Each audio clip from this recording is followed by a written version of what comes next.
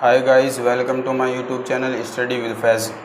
आज जो हम बात करने वाले हैं वो पॉइजन्स रेशो के बारे में बात करने वाले हैं। आज के टॉपिक की ओर चलने से पहले आपसे एक छोटी सी रिक्वेस्ट है कि हमारे चैनल को सब्सक्राइब कीजिए एंड लाइक कीजिए।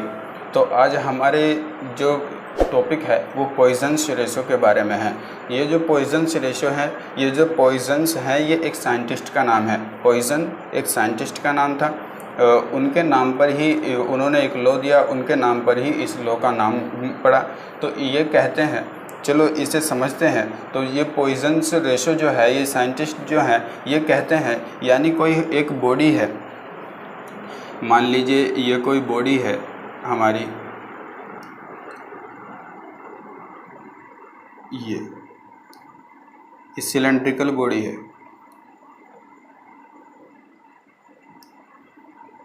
ये कोई सिलेंड्रिकल बॉडी है हमारी, जिसकी लेंथ L है, L मान लेते हैं, और इसका जो डाया है वो D है। अब क्या हुआ, यानी हम इस बॉडी के ऊपर फोर्स लगाएंगे, इस बॉडी के ऊपर ऐसे यहाँ से इधर से भी और इधर से भी पकड़ के इसे ऐसे फोर्स लगाएंगे, तो इसमें क्या होगा, यानी जब इसके ऊपर ऐसे फोर्स लगेगा तो ये बॉडी ऐसे खींचनी शुरू होगी, यानी डिफॉर्म होना शुरू होगा। डिफॉर्मेशन फोर्स हम इसके ऊपर लगा रहे हैं, तो इसकी जो लेंथ है वो बढ़नी शुरू होगी, और लेंथ बढ़ने के साथ साथ इसमें एक और काम होगा, जो है इसका जो डाया है वो भी चेंज होना शुरू हो जाएगा। तो इसे हम यहाँ बना लेते हैं।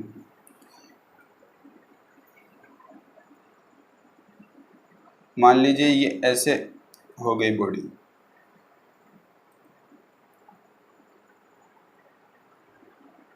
जो इसका डाया है ये डी डैश हो गया, और जो इसकी लेंथ है ये लेंथ ये एल डैश हो गई।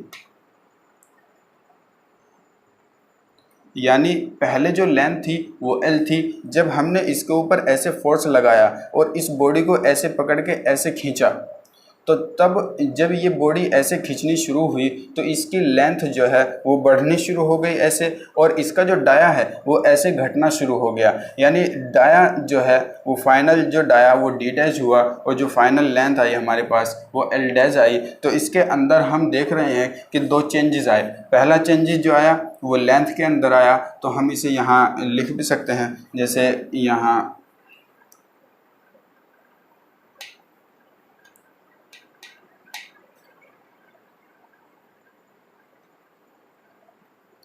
चेंज इन लिखे। जब हमने इस बॉडी के ऊपर, इस सिलेंडर के ऊपर ऐसे फोर्स लगाया, तो ये फोर्स लगाने के बाद इस बॉडी को ऐसे खींचा, तो इसकी एक तो लेंथ में चेंज आया जो हमने यहाँ लिखा, और दूसरा जो चेंज आया वो डाया के अंदर चेंज आया। तो उसे हम यहाँ लिख सकते हैं,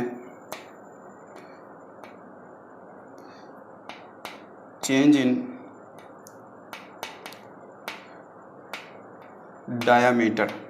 यानी इस फोर्स के कारण इसमें दो चीज़ में चेंज आया। पहला चेंज आया इसकी लेंथ के अंदर, यानी इस बॉडी को हमने जब हम ऐसे पकड़ के खींचेंगे तो ऐसे लेंथ के अंदर चेंज आया, इसकी लेंथ बड़ी हो गई, इसकी लंबाई बड़ी हो गई, और जो डाया था वो ऐसे कम हो गया, यानी ये जो बॉडी है ऐसे कम हो गई।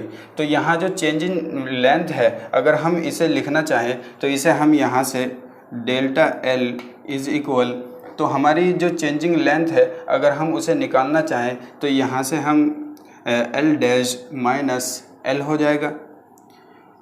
और यहाँ चेंज इन डायामीटर, अगर हम डायामीटर को निकालना चाहें तो हम यहाँ लिख सकते हैं change in dia is equal हो जाएगा, यानी जो हमारा फाइनल डाया है, यानी D डैश जो हमारा फाइनल है, यानी इसे खींचने के बाद जो हमारा डायामीटर हुआ, जो इसका फाइनल डाया है वो D डैश है, उसमें से हम माइनस कर देंगे ओरिजिनल डाया को, यानी जो हमारा पहले जो डाया था, जिस बॉडी का फोर्स लगाने से पहले जो डाया था, उस बॉडी का जो डाया था उसे माइनस कर देंगे। तो यहाँ से अब यहाँ से एक चीज़ देखिए, जो चेंजिंग लेंथ है इसकी जो वैल्यू आती है ये पॉजिटिव आती है, यानी ये जो वैल्यू है हमारी पॉजिटिव आ रही है, और ये जो वैल्यू है हमारी निगेटिव आ रही है। क्यों? क्योंकि पहले जो डाया था वो बड़ा था इसका डाया, और डाया कम है, तो हम कम में से जब हम बड़े को घटा रहे हैं तो यहाँ माइनस का निशान आ रहा है, यानी इसकी जो वैल्यू है वो निगेटिव आ रही है। और जो लेंथ थी वो कम थी, और फिर फाइनल जो लेंथ है वो हमारी बड़ी हो गई, तो बड़ी में से हम जब कम को माइनस कर रहे हैं तो यहाँ पॉजिटिव आया। तो अगर हम इस चीज़ को ऐसे दबाने लगे, यानी हम इस बॉडी को ऐसे पकड़ें और इसे ऐसे दबाएं इस बॉडी को, तो इसमें क्या होगा, जो इसका डाया है वो ऐसे बड़ा होगा, और जो लेंथ है इसकी जो लंबाई है वो कम होनी शुरू हो जाएगी। तो उस केस के अंदर क्या होगा, जो इसकी लेंथ है वो निगेटिव आएगी और जो इसका डाया है वो पॉजिटिव आ जाएगा। यानी अगर हम इसे कर रहे हैं तो एक चीज़ निगेटिव और एक चीज़ पॉजिटिव आती है।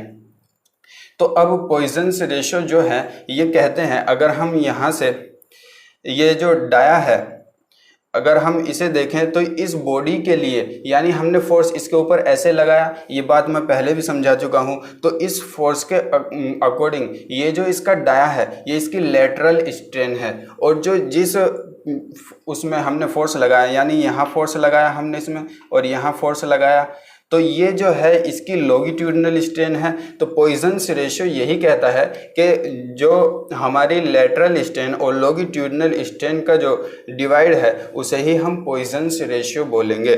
तो हम यहाँ लिख सकते हैं पॉइजन्स रेशियो, शॉर्ट फॉर्म में लिख रहा हूँ। तो पॉइजन्स रेशियो जो होगा तो हम यहाँ लिख सकते हैं लेटरल स्ट्रेन,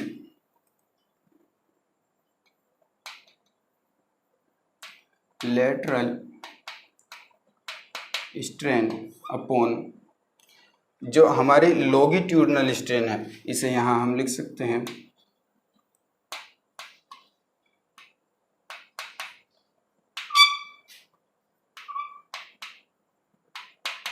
लॉन्गिट्यूडिनल स्ट्रेन, और इसे यहाँ जो हम रिप्रेजेंट करते हैं इसे यहाँ हम लेटरल से रिप्रेजेंट करेंगे,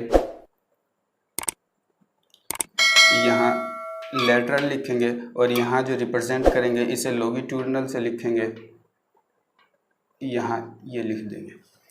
तो अब लेटरल स्ट्रेन और लॉन्गिट्यूडिनल स्ट्रेन की अगर हम बात करें तो स्ट्रेन जो होती है वो मैं पहले भी बता चुका हूँ, स्ट्रेन जो होती है वो changing length upon original length होती है, यानी change in dimension upon original dimension. जो पहले हमारी डायमेंशन थी वो L थी, जब हमने इसे चेंज किया तो वो L डैश हो गई। ऐसे ही जब हमारा डाया था वो पहले D था और जब हमने इसे चेंज किया तो वो D डैश हो गया। तो अगर हम यहाँ लॉन्गिट्यूडिनल स्ट्रेन की बात करें, यानी इसकी जो बात करें, अगर यहाँ से हम स्ट्रेन की वैल्यू निकालें तो ये डेल L अपॉन L हो जाएगी, यानी स्मॉल l ले लेते हैं इसे, और यहाँ से अगर हम इसकी स्ट्रेन की वैल्यू निकालें तो यहाँ से जो स्ट्रेन की वैल्यू होगी ये डेल D अपॉन D हो जाएगी यहाँ से, और डेल D की वैल्यू ये है और डेल L की वैल्यू ये है। तो यहाँ से अब हम ये देखते हैं कि पॉइजन रेशो अभी यहाँ ख़त्म नहीं हुआ।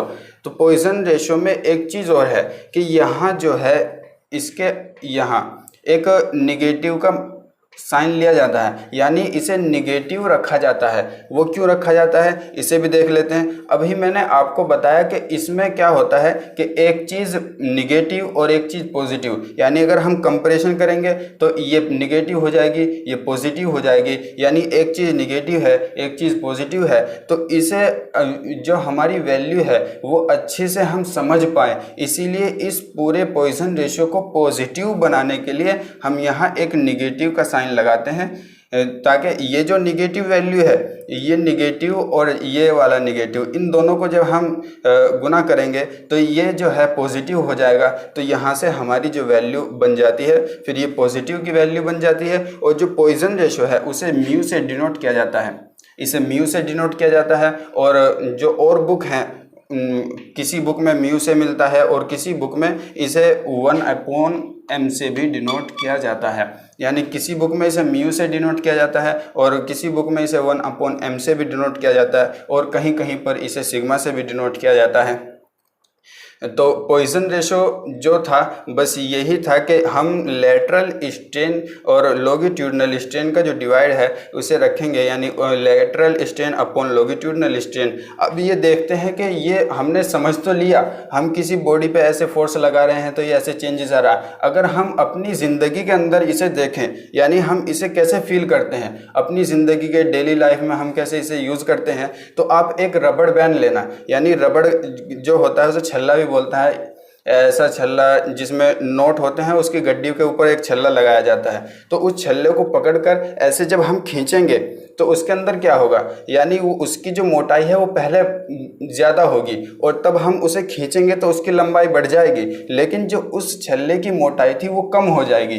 तो वो जो कम होती है वो यहीं से आता है, यानी वो पॉइजन रेशो जो है वो वहीं से निकल कर आता है। वहाँ हम देख सकते हैं कि उसकी ऐसे ही कोई और रबड़ ले सकते हैं और उसे ऐसे पकड़ के ऐसे खींच सकते हैं, और खींच के जब हम देखेंगे तो उसकी जो मोटाई है वो कम हो जाती है और जो लंबाई है वो बढ़ जाती है। ऐसे ही अगर किसी रबड़ को हम दबाएंगे तो वो उसकी जो मोटाई है वो बढ़ जाएगी और लंबाई कम हो जाएगी। तो ऐसे बहुत सारी चीज़ें हैं हम अपनी डेली लाइफ में यूज़ करते हैं। तो आज के लिए बस इतना ही पॉइजन रेशो में। अगर आपको वीडियो अच्छी लगी हो तो लाइक कीजिए एंड हमारे चैनल को सब्सक्राइब कीजिए। Thank you for watching this video.